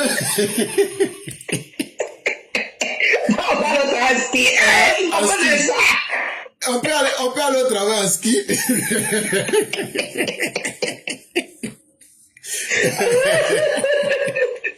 Et vraiment, merci à vous, cher maire. Merci à l'aîné Fadiga Mamadou, merci à tous ceux et toutes celles qui nous ont suivis. Chère mère, on va vous laisser nous faire la conclusion. Merci à toutes les Mao et à tous les Chao. Et que la grâce de Dieu demeure en nous. On va vous laisser la conclusion. Amen, amen, amen. Merci, professeur. Gros bisous là-bas à mon gros esclave. Merci, la pardon, voilà. Merci beaucoup. Que Dieu nous protège, que Dieu protège papa de tous ceux qui l'entourent, que Dieu protège tous nos forces de l'ordre, que Dieu protège la Côte d'Ivoire toujours, qu'il laisse sa main sur la Côte d'Ivoire et la CEDEAO. Tous les pays vraiment de cœur avec les CEDEAO, que Dieu préserve vos pays de ces méchantes personnes, de ces putschistes, que tout ce qui manigancent retourne contre eux. Et que Dieu les foudroie comme de la manière il a foudroyé le pharaon. Amen. Merci professeur, je m'arrête là. Que Dieu nous protège. Ça n'a qu'à être 3 fois. Comme la bombe Hiroshima, là, quand c'est comme ça va bien rentrer. Inch'Allah. Merci là-bas. Merci beaucoup professeur. Merci beaucoup, chère mère, et bonne soirée à chacun. Amen. Merci beaucoup.